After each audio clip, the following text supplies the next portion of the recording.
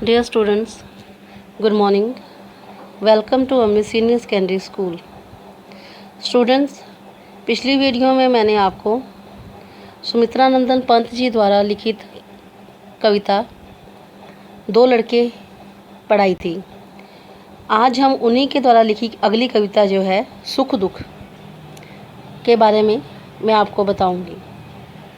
सुख दुख कविता जो है उसमें कवि ने मनुष्य के अंदर जो उसकी लालसा है, उसका लालच है अधिक से अधिक पाने की, उसके बारे में बताया है। कवि कहता है कि जो मनुष्य है उसकी जो मन की इच्छाएं हैं वो कभी पूरी नहीं होती। ना तो वो अधिक सुख चाहता है, ना वो अधिक दुख चाहता है। वह अधिक सुख से भी ऊब जाता है और अधिक दुख से भी ऊब जाता है। साथ ही उसने मनुष्य की आपस में, मनुष्य के साथ परस्पर भावनाओं, आपस में भावनाओं, भाईचारे के बारे में भी बताया है। आगे हम इसके सलात को पढ़ते हैं। मैं नहीं चाहता चिर सुख, मैं नहीं चाहता चिर दुख, सुख दुख की खेन मिचोनी, खोले जीवन अपना मुख। कवि सुमित्रा नंदन पंत जी कहते हैं, मैं नहीं चाहता चिर सुख, चिर मतलब अधिक। कवि कहता है कि मैं नहीं चाहता कि मुझे अधिक सुख मिले, मैं नहीं चाहता चिर दुख, और मैं ये भी नहीं चाहता कि मुझे अधिक दुख मिले। सुख दुख की खेल मिचोनी, यानी कि सुख दुख की खेल मिचोनी यानी कि जो लुका छुपी का खेल है जो ज़िंदगी में मनुष्य को मिलता है, क्योंकि मनुष्य को हर काम के लिए मेहनत करनी पड़ती है। तो मनुष्य को ये जो सुख दुख का खेल जो है, आँख मिचोनी का खेल है, खेले जीवन अपना मुख, ये जो जीवन है अपना मुख खोल कर खेलता रहता है, क्योंकि यहाँ पर सुख भी आता है और दुख भी आता रहता है। सुख दुख के मधुर मिलन से ये जीवन हो परिपूर्ण, परिपूर्ण मतलब पूरा। फिर घन में ओझल हो शशि, फिर शशि से ओझल हो घन, घन यानी कि बादल और शशि माने चंद्रमा, चांद। कवि कहता है कि सुख दुख के मधुर मिलन से, ये जो सुख दुख का मधुर मिलन है कि कभी सुख आता है और कभी दुख आता है। जब हम बहुत अधिक दुख से ऊब जाते हैं तो जब हमें सुख मिलता है तो हम बहुत खुश होते हैं। कवि कहता है ये तो जीवन है और ये जीवन इस सुख दुख के मिलन से ही पूरा होता है। जैसे फिर घन में ओझल हो शशि, जैसे जब आकाश में बादल छाते हैं तो उसमें कभी चांद छिप जाता है, चांद खुद जो है अपने आप को बादलों में छिपा लेता है। जहाँ फिर शशि से ओझल हो घन, जहाँ फिर शशि जो यानी कि चांद जो है वो बादलों से बाहर निकल आता है, कभी वो अंदर चला जाता है, कभी वो बाहर आ जाता है। यानी कि आपस में बादलों का और चांद का भी लुका छिपी का खेल चलता है।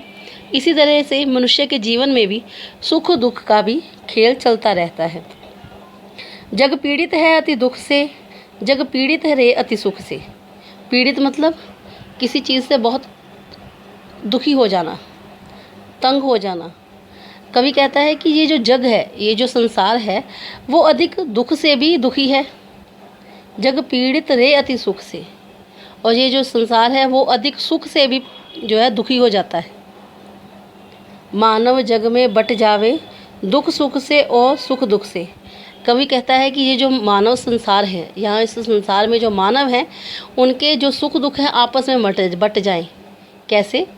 जिस व्यक्ति के पास अधिक सुख है, अधिक धन है, वो दूसरों को धन देकर उनको सुख दे, और जिसके पास अधिक दुख है वो उनको खुशी दे, तो दोनों के सुख और दुख आपस में बराबर हो जाएंगे और कोई भी व्यक्ति ना दुखी रहेगा अधिक और ना ही अधिक सुखी, तो दोनों ही बराबर हो जाएंगे। अविरत दुख है उत्पीड़न, अविरत सुख है उत्पीड़न। कवि कहता है कि बहुत अधिक जो दुख है वो भी हमें पीड़ा देता है। उत्पीड़न जाने उससे हमें तंग होता है, हमें दर्द होता है, हमारा शोषण होता है। अविरत सुख है उत्पीड़न, और बहुत अधिक जो सुख है उससे भी हमें जो है दर्द मिलता है। दुख सुख की निशा दिवा में, सोता जागता जन जीवन। दुख सुख की निशा, निशा यानी कि रात और दिवा यानी कि दिन। कवि कहता है कि ये जो सुख दुख का दिन रात का खेल चलता रहता है मनुष्य के जीवन में, किसी के मनुष्य में सुख आ रहा है, किसी के मनुष्य में दुख आ रहा है, तो ये जो दिन रात का जो खेल चलता रहता है, सोता जागता जग जीवन। इस निशा दिवा जाने के दिन रात के खेल में ये जो सारा संसार है वो जागता सोता रहता है। ये सांझ उषा का आंगन, आलिंगन विरह मिलन का, चिरहास अश्रु में आनन रे मानव जीवन का। कवि कहता है कि ये सांझ उषा का आंगन, जिस प्रकार से जब प्रभात होती है, सुबह सुबह जो सूर्य की पहली किरण जब पड़ती है और जब शाम को जो किरण जो है, पहली किरण जो डूबती है, जो धीरे धीरे करके डूबती है इस आंगन में, तो ये जो सांझ उषा का जो मिलन होता है, या सुबह का या शाम की किरणों का जब मिलन होता है, तो ये विरह जो है ये वियोग का और मिलने का ही समय है। चिरहास अश्रु में आनन रे हास इस मानव जीवन का। ये जो मानव जीवन का जो हास है, यानी कि इसमें जो कमी है वो जो अपने आप ही पूर्ण होती जाती है। कोई भी व्यक्ति किसी के भी सुख दुख को देकर दुखी नहीं होना चाहिए।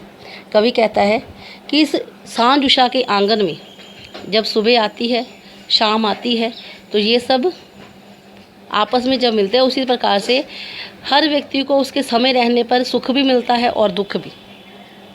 डियर स्टूडेंट्स, इसी के साथ ही मैंने आपको कुछ क्वेश्चंस भी लिख के दिए हुए हैं, जिसे आपने ये सलाह सुनकर अच्छी तरह से करना है। पहला प्रश्न है प्रस्तुत कविता और कवि का नाम लिखें, जो आपको मैंने स्टार्टिंग में पिछली वीडियो में ही बता दिया था। दूसरा प्रश्न है सुख दुख में कवि ने सुख और दुख की क्या क्या उपमाएँ दी हैं। उपमाएँ मतलब कि उनके क्या क्या उन्होंने उदाहरण दिए हैं कि व्यक्ति के जीवन में सुख किस प्रकार आता है और दुख किस प्रकार आता है, या उनके सुख दुख को किस प्रकार से उपमाए जाने की, वो आपको लास्ट जो आपका सलाह था उसमें मिलेंगी। तीसरा है सुख दुख के मधुर मिलन से क्या पूरा होता है। चौथा प्रश्न कविता में कवि मनुष्य को एक दूसरे से क्या बांटने को कहा है। इस कविता से, ये लास्ट प्रश्न है, इस कविता से क्या शिक्षा मिलती है। आगे हैं शब्दों के अर्थ लिखें। पहला है आनन, दूसरा आलिंगन, तीसरा उत्पीड़न, चौथा निशा, पांचवा है चिर और छठा है परिपूर्ण। इन सब के अर्थ मैंने आपको साथ साथ सलाद में बताए हैं। इसी के साथ दो आपको ब्लैंक्स यानी कि रिक्त स्थान दिए हैं। पहला है दुख सुख से ओ डैश से, दूसरा है आलिंगन विरह डैश मिलन का। स्टूडेंट्स, ये होमवर्क आपने अच्छी तरह से अपनी कॉपियों पे करना है और इसे अच्छी तरह से याद भी करना है। धन्यवाद।